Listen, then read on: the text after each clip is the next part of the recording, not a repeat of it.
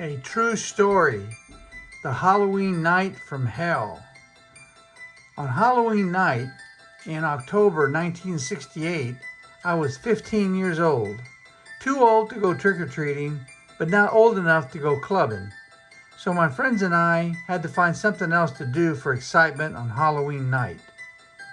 We decided to pool our resources and purchase as many eggs and water balloons as possible to throw at trick-or-treaters. After we assembled our weapons of mass destruction, we were ready to be world-class juvenile delinquents and bombard young trick-or-treaters with eggs and water balloons. There were 7 of us ready to cause extreme mischief, but then Mike came up with a great idea. His parents were out of town for the evening and he knew where they kept the keys to their extra car. Mike was willing to take the car, a classic old Volkswagen Bug, and drive us around throwing our weapons of mass destruction, so we would not have to walk and we could cover more territory. Mike conceded that he had no driver's license, but he felt he could drive the VW Bug in the neighborhood.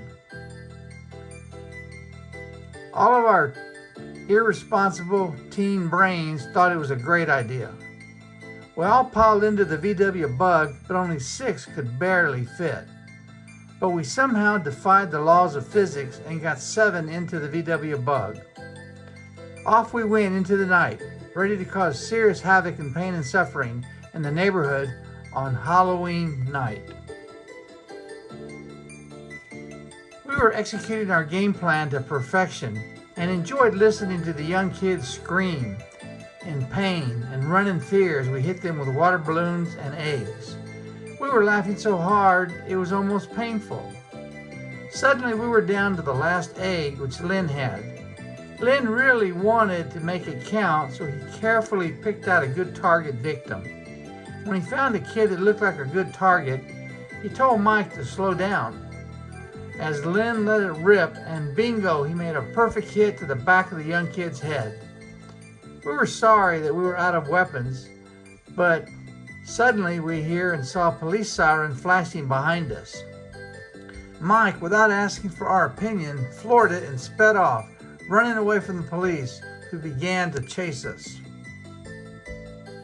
We were now in a high-speed chase, burning rubber throughout the neighborhood. Mike was running stop signs and making crazy huge speed turns around, almost crashing into parked cars and almost running over kids trying to avoid him. Everybody in the car was screaming, some were crying and yelling at Mike to slow down or stop running from the police. Mike was constantly coming so close to losing control of the VW and crashing when he made reckless, dangerous turns. The VW almost flipped over several times, and some of his passengers, including me, were almost thrown out of the VW. We all felt like we were in a nightmare from a movie. Suddenly, we were at a cul-de-sac dead end, and Mike had no choice but to stop and surrender to the police. The police car yelled on a megaphone for us all to get out with our hands up or we would be shot. The police were pissed as hell and were yelling that we were in serious trouble. We all had to turn our backs to the police and put our hands on the VW. We were all terrified as we knew we were in serious trouble. I could not imagine what my father was going to do to me when he found out the trouble I was in. Everyone was saying the same thing when the police started yelling that we had seriously hurt several young kids that had to be hospitalized. They then started to list all the crimes we had committed: assault and battery, speeding, running stop signs, lots of property damage, attempted murder, and possible first-degree murder, fleeing from the police, evading arrest. One of our friends said, "I'll plead guilty if you won't tell my father." A few others said they told Mike not to run and to stop the car. The cops told all of them to shut the fuck up. They yelled, "The paddy wagon is on the way to get your asses. Y'all will be comfortable in jail." Their words were tormenting us. Nothing we could do but painfully wait for the paddy wagon to show up and take us to jail. A couple of our buddies were crying and pissed at Mike for getting us in such serious trouble. Ralph then said he was not going to jail because his father would kill him. He said there are 7 of us, and if we all run at the same time, they can't catch us all. Everyone said that was a great idea, but Mike said, I can't leave my parents' car here. Ralph said, sorry, Mike, it was your decision to take your parents' car and your decision to run from the police. Ralph said, we must make our move quickly before the paddy wagon gets here. I felt bad for Mike, who had become my best friend, so I told Mike I'd stay with him to face the music. I honestly didn't do it to be a saint. I just thought my crime and punishment would be worse if I fled the scene of the crime. Every time we'd see some car lights coming, we thought it was the paddy wagon, and thank God every time it wasn't. It had been about 20 minutes since we had been arrested. Then Ralph said, I'm running in 3 seconds, so if you're going to join me, get ready to run. Ralph yelled 3 and started to run, and the others joined him as me and Mike watched our friends abandon us. The cops were yelling, you can run, but you can't hide. We will find you and get you and put you in jail, and your sentence will be longer. The cops then demanded that we give them our friends' names and addresses. We both said we did not know their names or addresses. The cops belittled us for lying and trying to be heroes, and that it was another crime we were committing that would get us more jail time. Mike and I looked at each other, wondering if we were doing the right thing. It had now been about 30 minutes since we had been arrested, and finally noticed that it was not a police car that had chased us and arrested us. It simply had a portable siren on the hood of the plain car, and the 2 cops were in plain clothes, not in uniforms. We figured they were undercover cops looking for kids doing what we were doing, throwing eggs and water balloons at kids. Words cannot describe how horrible I felt, as I could not imagine the trouble I was in and how my father was going to disown me after he beat the shit out of me. I then noticed that one of the cops was trying to hold back laughter and shockingly said, if the paddy wagon is not here in 10 minutes, we're going to let you go. What did our ears hear? Were we dreaming, or had the extreme stress and anxiety caused us to hallucinate? Me and Mike looked at each other in shock and disbelief. Suddenly, the 2 cops drove away laughing. We had been had by fake cops. They were apparently college students pretending to be cops. We could not hide the fact that we had been had by bigger, older, smarter, delinquent troublemakers. But we did not care, because we were so relieved and so happy that we were not going to go to jail, and that we would not have to face our parents and face serious consequences. We just didn't care that we had been made fools of by college students. We actually respected and were impressed by their world-class acting and script. They actually had more fun tormenting us than we had fun tormenting the young trick-or-treaters.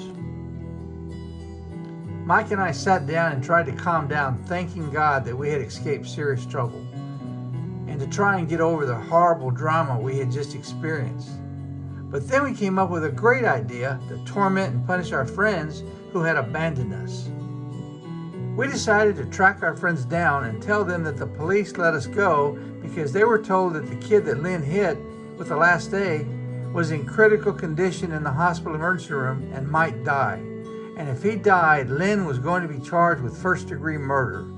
We told them that we had not given the police their names, but because some kids lived near Lynn, they recognized Lynn and gave the police his full name, and that they were looking to locate Lynn to arrest him.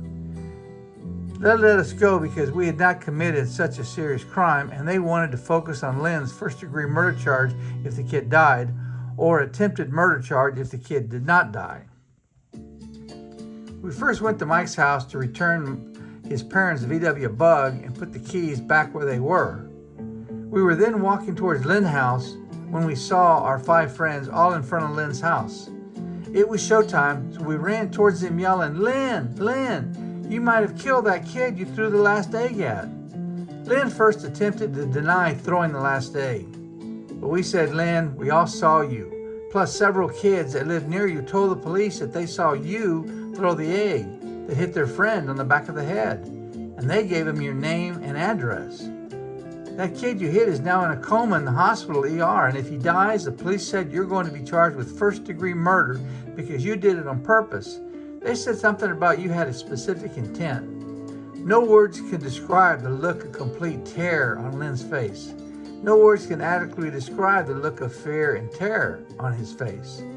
Lynn put his hands on his face in extreme grief and said, "Fuck, why the fuck did I let y'all talk me into throwing those fucking eggs and balloons?" We said, "Come on, Lynn, you invited yourself. When you heard our plans, you demanded that you would go with us. And you were the one that demanded to throw that last egg. We better get out of here because the police will be here any minute to arrest you, Lynn." Then one of our friends said, "Damn, Lynn, you might get the death penalty." Lynn then somehow sank into a deeper state of shock, depression, and grief. It took an Oscar performance by Mike and I to hold back our laughter as Lynn was in hell as he felt his life was over. He ran into his house and grabbed some of his clothes and other needed items as he was gonna run away. The others asked if the police were looking for them, and we said probably because y'all would at least be charged with evading arrest and helping Lynn escape. We're happy we didn't run with y'all. The cops said that y'all's crime also included being an accessory to crimes after the fact. One of our friends raised his hand and said, "I'm going to surrender and turn myself in because I did not throw that last egg that might kill that kid." Lynn grabbed him by the throat and said, "You piece of shit, you better keep your fucking mouth shut or I'll kill you." Lynn then ran off and said he would spend the night in the nearby woods, and the rest of us left to go home. But we did tell the others that we made up the whole story and that the police who caught us were not even real cops. And the arrest had been staged by college kids pretending to be cops. We all laughed and cruelly decided to tell Lynn tomorrow that he would not be getting the death penalty. I sort of felt bad about the extra grief we were causing Lynn, but we could not go to his house as he was not home, so we decided to tell him at school tomorrow. But Lynn did not show up for school the next day, and his suffering continued. After school, we all had football practice, but as soon as we got home that night, we all got together and went looking for Lynn. When we found him, we said, "Lynn, the police went to Churchill looking for you as the kid died." "No, no," Lynn yelled. We all started laughing, and Lynn was confused and wanted to know the fucking truth. When we told him, he put his hands on his knees and said, "Thank you, God. Thank you, God. But you motherfuckers, what if I'd committed suicide?" But we could all not stop laughing. Lynn said, "Someday, somehow, I'm going to pay you guys back for putting me through hell. I have not slept 1 minute since the police chase. I mean the fake police chase." That's the end of the Halloween Night from Hell. The moral of the story is that there is a pecking order of wrongdoers. The young trick-or-treaters were below us, and we were below the college students. But it's not good or safe to throw eggs and water balloons at innocent kids, as karma can get you back. The end.